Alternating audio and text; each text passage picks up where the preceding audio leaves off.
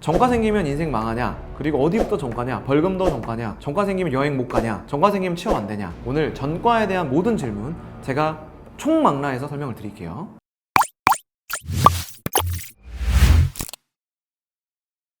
벌금도 빨간 줄이 생기나요? 빨간 줄이라는 건 이제 우리 옛날 말인데 사실 전과를 의미하는 거잖아요. 근데 이제 전과라는 개념부터 이제 우리가 좀 짚고 넘어가야 될 필요가 있어요. 전과라는 건 결국 경찰청에서 보관되는 범죄 경력 자료에 찍혀 있느냐, 말 그대로죠. 범죄를 저지른 경력이 있느냐라는 거겠죠. 어디서부터가 어떤 그 형벌이냐를 좀 살펴볼 필요가 있는데요. 가장 센 형벌 뭡니까? 우리가 잘 아는 거 사형이죠. 사형이 있죠. 사형 요즘은 집행도 안 되지만 사형. 그 다음에 일반적으로 징역, 그리고 뭐 금고라는 게 있습니다. 금고가 있고요.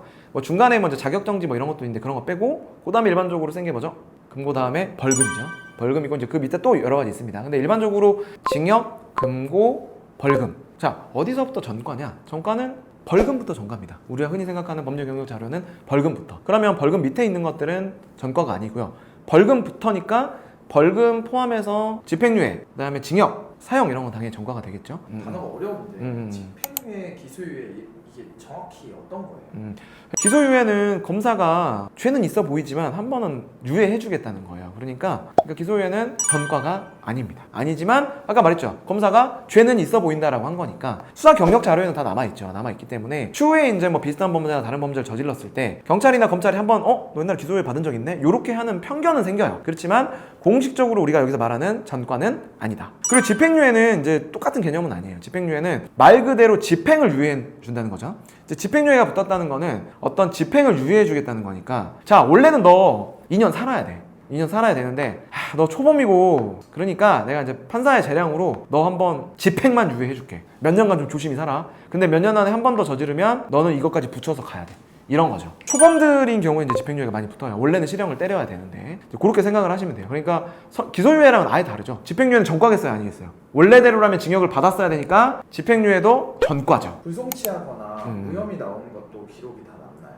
내가 억울하게 고소를 당했어. 그래서 혐의를 다 벗어가지고 불송치나 무혐의가 나왔는데도 불구하고 제가 어떤 이런 기록이 다 남아있나요? 너무 찝찝해요 하시는 분들이 있거든요. 근데 죄송한 얘기지만 경찰청에 기록이 다 남습니다. 왜냐면 뭐 억울했다고 하더라도 그 억울한 것도 남겨놔야 될 거 아닙니까? 그래야 나중에 또 뭐 비슷한 걸로 고소를 당했을 때 이런 것들을 이제 보고 수사를 할 수 있으니까. 그래서 경찰이나 검찰에는 기록이 다 남아있어요. 그래서 억울하든 정말로 처벌을 받았든 모든 기록은 다 남아있다. 조사 후에 지문을 채취했는데 저를 범죄자로 특정한 건가요? 원칙적으로는 그 이제 경찰의 수사 자료표라는 게 있어요. 수사를 하면 자료를 어떤 표 형식으로 남겨야 되는 이렇게 양식이 있습니다. 수사 자료표에는 피의자가 이제 송치됐을 때에는 반드시 어떤 지문을 날인해서 같이 보내게 되어 있어요. 왜냐하면 흔히 이제 범죄자의 어떤 그런 지문들이 다 기록에 남아 있어야 되니까. 근데 불송치되면 내가 죄가 없는 거니까 그게 필요가 없잖아요. 그러니까 이제 그때는 필요가 없어요. 근데 원칙적으로는 송치되면 다시 불러가지고 야, 너 이제 죄가 인정이 될 것 같으니까 지문 찍어라 라고 해야 되지만 서로가 불편하잖아요. 불편하니까 보통은 피의자, 피고소인 조사를 할 때 결론이 아직 안 나 있지만 일단은 받아놓는 경우가 많아. 근데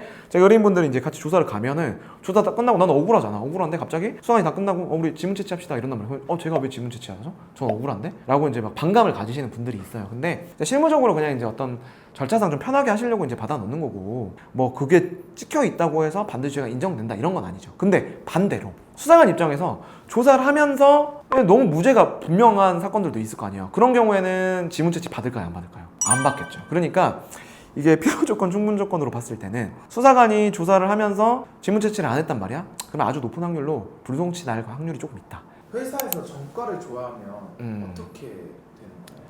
지장이 생기는 특수한 케이스들이 있습니다. 예를 들면은 공무원, 그리고 아동 취업기관, 아동 청소년 관련된 기관들에 있어서는 조금 더 엄격하게 적용이 돼요. 이런 것들은 아무래도 이제 뭐 여러 가지 공적인 일들 처리하는 거고, 어린 아동이나 뭐 청소년 이런 분들을 만나시는 직업이기 때문에 좀 더 예민하게 받아들일 수밖에 없겠죠. 특히 공무원 취업에 대해서 걱정하시는 분들이 많은데요. 공무원 시험 준비하시면 저도 이제 공부를 했지만 공부할 때 굉장히 스트레스가 많단 말이에요. 그래서 공부할 때는 굉장히 좀 민감해져요. 예민해지고. 그러다가 이제 특히나 이제 명예훼손이나 모욕 같은 거 막 네이버에 댓글 쓰고 막 남은 잘 살고 있는데 나는 공부하고 있으니까 너무 스트레스 받는단 말이야. 그럼 막 악플 같은 거 다셔가지고 나는 악플 하나 달았는데 갑자기 벌금이 나오네? 그럼 저 공무원 시험 열심히 준비했는데 공무원 안 되는 거 아닌가요? 라고 하시는데 괜찮습니다. 다만 금고 이상을 받았을 때는 공무원 결격 사유가 될 수 있다. 그리고 벌금을 받았을 때도 위험한 범죄가 있어요. 다른 거는 벌금 받아도 공무원 되는데 크게 지장이 없어. 근데 어떤 범죄의 경우에는 공무원 되는데 지장이 있냐? 어떤 범죄일 것 같아요?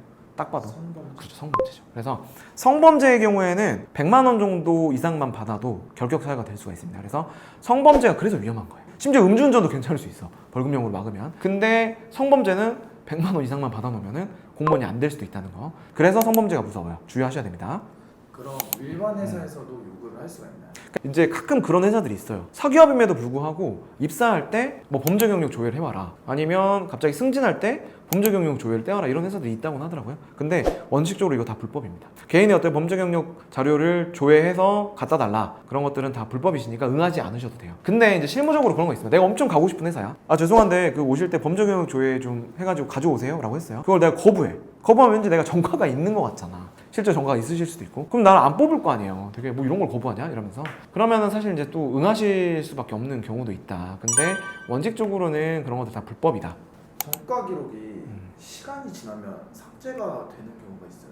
그러니까 이 전과 기록이라는 거는 우리가 흔히 생각하는 전과 기록은 아까 말씀드렸다시피 경찰청에 있는 범죄 경력 자료거든요. 근데 또 다른 의미로는 그 지자체 그리고 검찰에도 전과자의 명부가 있어요. 이름은 좀 다릅니다. 이름은 지자체에는 수령인 명표, 검찰청에는 수령인 명부라는 게 있어요. 근데 요것도 이제 전과 기록처럼 관리가 돼요. 근데 요게 이제 어떤 여러 가지 지자체의 어떤 업무의 편의상 또는 검찰에서 이런 전과자들을 관리하는 편의상 이제 보관을 하는 건데 요런 것들은 벌금형의 경우에는 2년이 지나면은 폐기가 돼요. 아까 제가 말했죠. 경찰청에는 이런 자료가 계속 있어야 되겠어요? 없어야 되겠어요? 있어야 돼요. 그래서 경찰청에 있는 전과 자료는 없어지지 않는다고 보는 것이 맞고요. 다만 이제 지자체에서 관리하는 이런 것들은 2년이 지나면 벌금형의 경우에는 또는 3년 이하의 징역인 경우에는 5년, 3년 이상의 징역인 경우에는 10년간 보관이 되는데 그 기간이 지나면 없어지는 게 맞습니다. 그래서 반은 맞고 반은 틀린 거다라고 할 수 있겠습니다.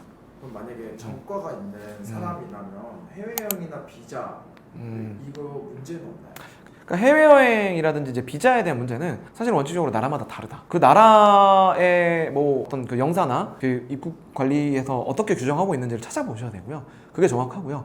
다만 이렇게 말씀드릴 수 있을 것 같아요. 대체로 괜찮은 죄가 있고 대체로 안 괜찮은 죄가 있다. 대체로 괜찮지 않은 죄부터 말씀을 드리면 살인.